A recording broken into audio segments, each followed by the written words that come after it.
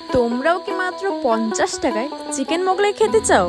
হ্যাঁ হ্যাঁ, ঠিকই শুনেছো, মাত্র 50 টাকায় চিকেন মোগলাই। নমস্কার, আমি অনু, তোমরা দেখছো আমার নতুন একটি মিনি ব্লগ। তোমাদের সবাইকে অনেক অনেক অনেক ধন্যবাদ আমার এই ভেজ মামার ভিডিওটাতে এত এত এত ভালোবাসা দেওয়ার জন্য।